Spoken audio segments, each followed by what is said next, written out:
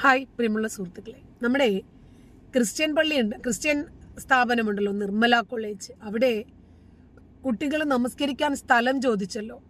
അവിടെ നമസ്കരിക്കാൻ സ്ഥലം ചോദിച്ചതിൽ എന്താ തെറ്റ് എന്നാ ചോദിച്ചത്.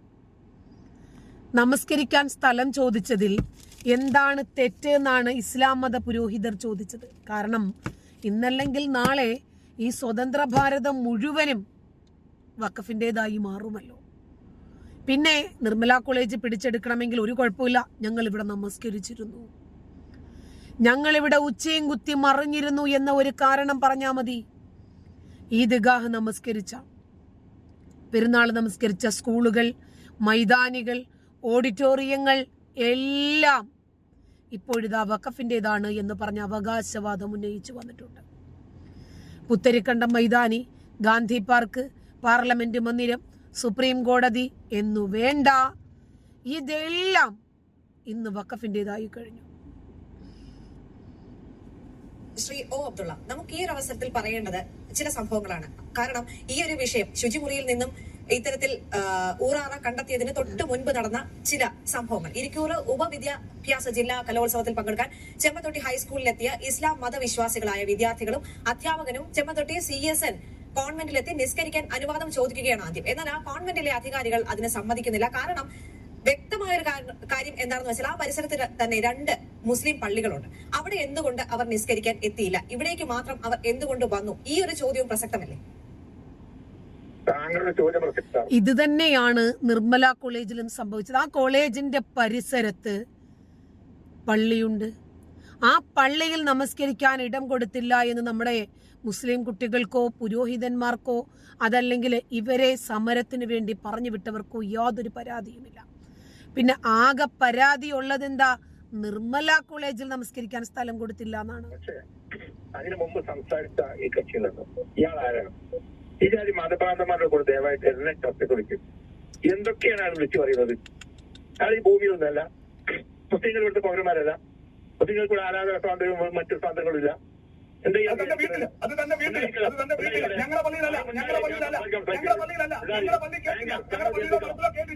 ഉണ്ടായിട്ടാ പറയും. ഞാൻ സംസാരിച്ച് കഴിഞ്ഞാൽ ചോദിച്ചോട്ടെ, ഞാൻ മറുപടി പറയും. അവന് വായിൽ വരുന്നതിനെ വിളിച്ചു പറയാനുള്ളതാ. എന്താണ് ചർച്ച എന്ന് പറഞ്ഞിട്ടുണ്ടെങ്കിൽ ഇതായി മതപ്രാന്തന്മാരുടെ കൂടെ ഒന്നും വിളിക്കരുത് ദയവായിട്ട്. ഒരുപാട് ആൾക്കാർ, നമ്മുടെ വട്ടപൂജ്യം അബ്ദുള്ള മാത്രം മതഭ്രാന്തനല്ല. ചാനലുകളിൽ വന്നിരുന്ന് പറയുന്നതൊക്കെ നമ്മൾ കണ്ടിട്ടുണ്ടല്ലോ. ഞാനും ഹൂറികളെ മാത്രം പ്രതീക്ഷിച്ചിട്ട് ജീവിക്കുന്നവനാണെന്നും എനിക്കും അവിടെ 16 വയസ്സുള്ള പെണ്ണിനെ അള്ളാഹു ഒരുക്കിയിരുത്തിയിട്ടുണ്ട്, അത് പ്രതീക്ഷിച്ച് തന്നെയാണ്, അതിനുവേണ്ടി തന്നെയാണ് ഞാൻ നമസ്കരിക്കുന്നത്, സക്കാത്ത് കൊടുക്കുന്നത്, നോമ്പ് അനുഷ്ഠിക്കുന്നത്, ഇസ്ലാം മത വിശ്വാസിയായിട്ട് ജീവിതം തള്ളി നീക്കുന്നത് എന്ന് ചാനലുകളിൽ വന്ന് വളവള പറഞ്ഞ കക്ഷി മതഭ്രാന്തനല്ല പോലും. സംസാരിക്കാൻ പറ്റുന്ന ഒരു സമയത്തോടുകൂടി ഞാൻ വാചകമൊന്നും ഒന്നും ഉദ്ദേശിക്കാൻ പറ്റില്ല. കാരണം ഈ സംഘർഷം വർദ്ധിപ്പിക്കും ജനറൽ ടിവിയുടെ ലക്ഷ്യം. ഞാൻ ജനറൽ TV തുടങ്ങിയ കാലം മുതൽക്കും ജനറൽ ടിവിയോട് സഹകരിക്കുകയും സംസാരിക്കുകയും ചെയ്യുന്നതാണ്. രണ്ടാമത്തത്, ഈ പള്ളിയിൽ ക്രൈസ്തവ ദേവാലയത്തിൽ ചെന്ന ഈ കുട്ടികൾ ഏത് സാഹചര്യത്തിലാണ് കേൾക്കാൻ അനുവാദം ചോദിച്ചതെന്ന് അന്വേഷിക്കണം. ഏത് സാഹചര്യമാണെങ്കിലും ശരി, നമസ്കാരമാണ് നിങ്ങൾക്ക് പ്രധാനമെങ്കിൽ മര്യാദയ്ക്ക് വീട്ടിലിരിക്കണം. അതല്ലെങ്കിൽ നമസ്കാരം അനുവദിക്കുന്ന ഇസ്ലാമിക സ്ഥാപനങ്ങളിൽ പോയി പഠിക്കണം.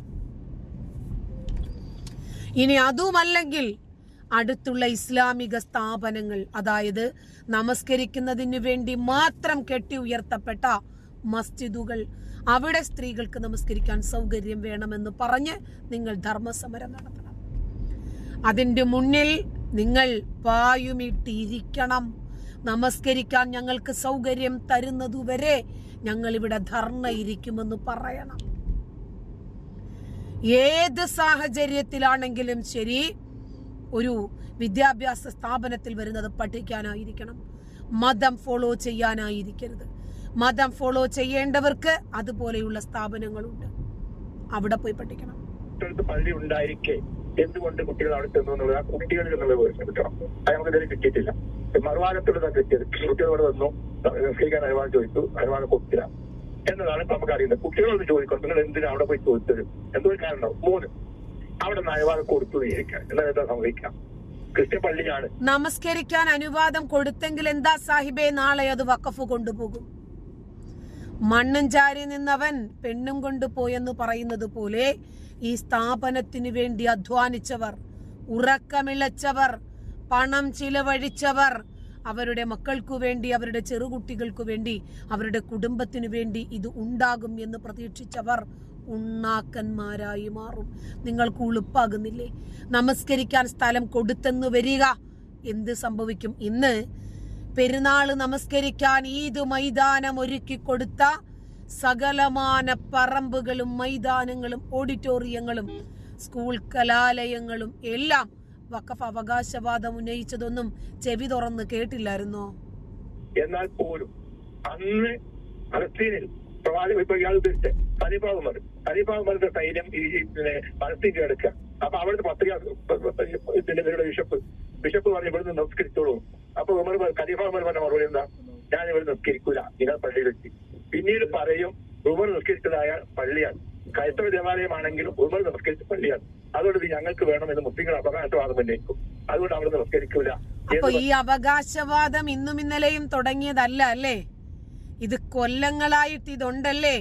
അപ്പൊ ക്രിസ്ത്യൻ ദേവാലയത്തിൽ നമസ്കരിക്കാൻ സൗകര്യം ഒരുക്കി കൊടുത്ത ക്രിസ്ത്യൻ വൈദികനോട് എനിക്കിത് വേണ്ട, നാളെ മുസ്ലിങ്ങൾ ഉമർ നമസ്കരിച്ച മസ്ജിദാണിത്, അതല്ലെങ്കിൽ ഉമർ നമസ്കരിച്ച പള്ളിയാണിത്, ഇത് മുസ്ലിങ്ങൾക്ക് വേണമെന്ന അവകാശവാദവുമായി വന്നാലോ?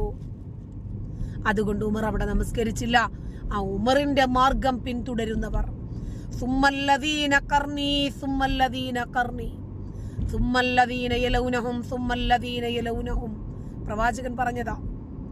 ഏറ്റവും ഉത്തമ നൂറ്റാണ്ട് എന്നറിയപ്പെടുന്ന നൂറ്റാണ്ടിൽ പ്രവാചകൻ പഠിപ്പിച്ച ആളുകൾ, പരിചയപ്പെടുത്തിയ ആളുകൾ, പ്രവാചകന്റെ കാലശേഷം 10 പേർക്ക് സ്വർഗം അല്ലാഹു പ്രവാചകൻ വാഗ്ദാനം ചെയ്തു. ആ വാഗ്ദാനം ചെയ്യപ്പെട്ടവരിൽ ഒരുവൻ. എന്തേ ഈ പാതയൊന്നും നിങ്ങൾക്ക് വേണ്ടേ? ഇതല്ലേ മൻഹജ്, പൂർവികരുടെ പാതകൾ. അവര് നമുക്ക് എന്താണോ പഠിപ്പിച്ചു തന്നത്, അവരെന്താണോ നമ്മളോട് ചെയ്യാൻ പറഞ്ഞത്, അത് ചെയ്യാൻ നമ്മൾ ബാധ്യസ്ഥരല്ലേ? ഉമർ പോലും ക്രിസ്ത്യൻ ദേവാലയത്തിൽ ഞാൻ മുട്ടുകുത്തില്ല, ഉച്ചയും കുത്തി മറിയില്ല എന്ന് പറഞ്ഞപ്പോൾ, അല്ല, ഞങ്ങൾക്ക് ക്രിസ്ത്യൻ ദേവാലയത്തിൽ നമസ്കരിക്കണം, ക്രിസ്ത്യൻ മതസ്ഥാപനത്തിൽ ഞങ്ങൾക്ക് പഠിക്കണം, ഞങ്ങൾക്ക് നമസ്കരിക്കണം, നമ്മൾക്ക് ക്രിസ്ത്യൻ വിദ്യാഭ്യാസ സ്ഥാപനങ്ങളിൽ നമസ്കരിക്കാൻ ഒരു സ്ഥലം വേണമെന്ന് പറയാൻ ഇവർക്ക് ഉളുപ്പില്ലേ? എന്തുകൊണ്ടാണ് പള്ളിയിൽ മുസ്ലിം സ്ത്രീകളെ കയറ്റണമെന്ന് പറഞ്ഞ് ഇവർ സമരം ചെയ്യാത്തത്? ആ പള്ളിക്ക് മുമ്പിലായിരുന്നില്ലേ ഇവർ സമരം ചെയ്യേണ്ടിയിരുന്നത്? ആ പള്ളി സെക്രട്ടറിയുടെ വീടിന് മുമ്പിലായിരുന്നില്ലേ ഇവർ സമരം ചെയ്യേണ്ടിയിരുന്നത്? ഞങ്ങൾ മെജോറിറ്റി ആയില്ലേ എന്ന് ആ കുട്ടികൾ ചോദിച്ചത് അലിയാർ കാസിമി ഇന്ന് എടുത്തു പറയുന്നുണ്ട്. അതേ, കേരളത്തിൽ മുസ്ലിങ്ങൾ ഭൂരിപക്ഷമായി, എന്നാ പിന്നെ ന്യൂനപക്ഷ അവകാശങ്ങളൊക്കെ വേണ്ടെന്ന് വെച്ചൂടെ? ഇതാണ് ഇസ്ലാമിന്റെ പാരമ്പര്യം. 3 വിശുദ്ധ ഖുർആനിൽ വളരെ വ്യക്തമായ വചനമുണ്ട്.